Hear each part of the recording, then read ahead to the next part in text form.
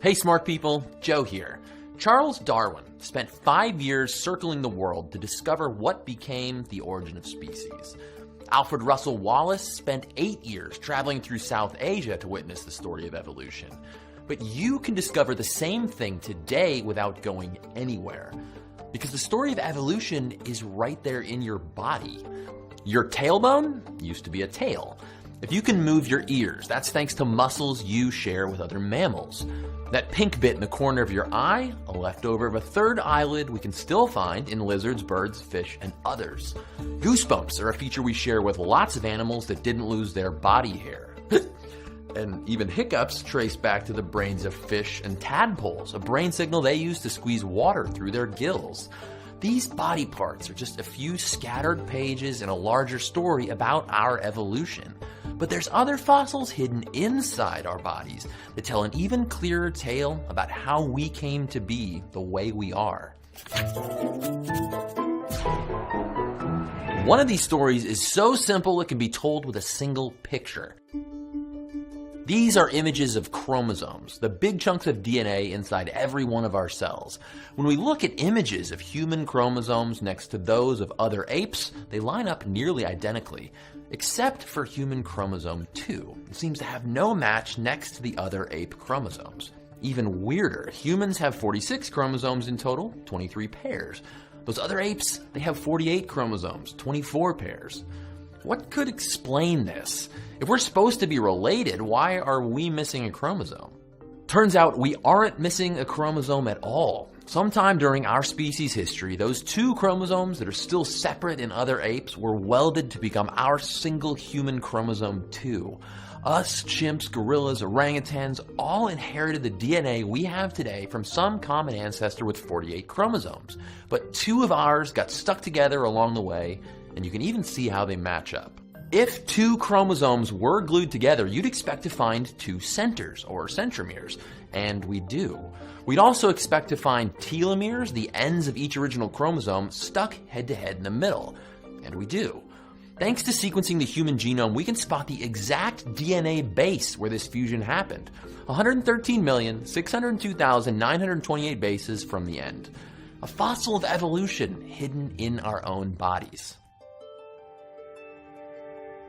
In Celtic mythology, there's a place called Tir Nanoug, a land of eternal youth. When one scientist discovered a protein that keeps stem cells forever young, he named it after this place, Nanoug. The human Nanoug gene is located on chromosome 12, at least the version of the gene that works. There are 11 other broken copies of Nanoug spread throughout our DNA. How did these extra copies get spread through our genome like lost socks? When DNA is replicated, sometimes the same bit gets mistakenly copied twice. And sure enough, we see one broken copy right next to the working Nanoug gene, like a messed up DNA photocopy. We call these broken genes pseudogenes. And what about those other 10? There's another way these pseudogenes can spread. Nanoug, like every gene, is copied from DNA into RNA letter by letter before that RNA is used to build a protein. But every once in a very long while, that RNA gets mistakenly copied backwards back into DNA, pasting a new, broken version of the gene somewhere in our chromosomes. After searching the billions of letters in our genome, we've found 10 of these lonely Nanoug leftovers in our DNA. Their locations seem random, like they were blindly tossed in. Now, say you were to read another animal's genome and you found these very same broken copies of Nanoug, each pasted in the very same locations among billions of letters of DNA. That would be a heck of a coincidence, unless it wasn't a coincidence.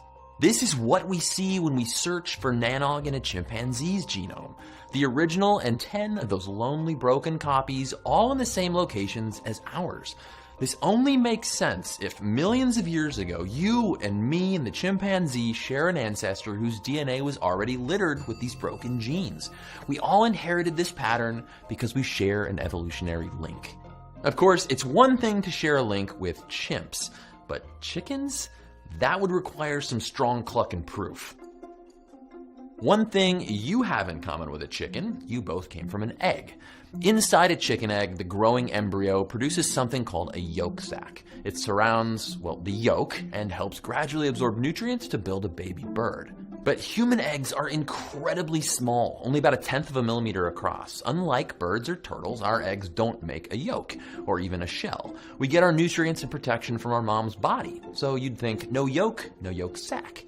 But that's not the case. Humans make an empty yolk sac, and it disappears halfway through pregnancy. See, this is a clue that our eggs and bird eggs and even reptile eggs all share an evolutionary link. But can we prove it? There's an essential ingredient in egg yolks called vitellogenin. It's a protein, which means there's a gene whose DNA codes how to build it. Egg-laying vertebrates all have at least one copy of this gene. But what about us? If we really are descended from animals that once laid eggs full of yolk, can we find some leftover of that yolky gene hidden in human DNA? In 2008, researchers found just that. Fragments of once active egg yolk genes hidden in our own genome. And when they compared our DNA to the chicken versions, they even had the same neighboring genes around them. This is exactly what evolution would predict. Just like fossil bones, we see remnants of our ancestors broken and buried in these hard-to-find places. There are many myths of creation around the world, and most agree on one thing. Humans are special, and we need a special story for how we got this way. When we take a close look at our own biology, we can see that special story is evolution, and it's a story we share with every other living thing on Earth, some more than others. To some people, the idea that humans, our bodies, our brains, our thoughts, are also the products of evolution removes some of the magic of being human. But it doesn't have to. When Darwin wrote, "There is grandeur in this view of life," he meant that being a creature molded by evolution is a totally different kind of magic. The kind that still amazes you even when you know exactly how the magic is done. Stay curious. A big thanks to 23andMe for supporting PBS Digital Studios and our show. As you know from today's video, the name 23andMe comes from the fact that human DNA is organized into 23 pairs of chromosomes. Chimpanzees would obviously get their genetic analysis done at 24andMe. The results you get from 23andMe can help you gain a newfound appreciation and understanding about your DNA. You'll be able to see which regions around the world your ancestors come from, and you might learn how your DNA influences your facial features, taste preferences, sleep patterns, and much more. For instance, my DNA tells me that I'm unlikely to have a bald spot, which, so far so good.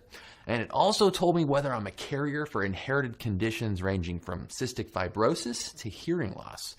Show your support for our show by going to 23andme.com/OK.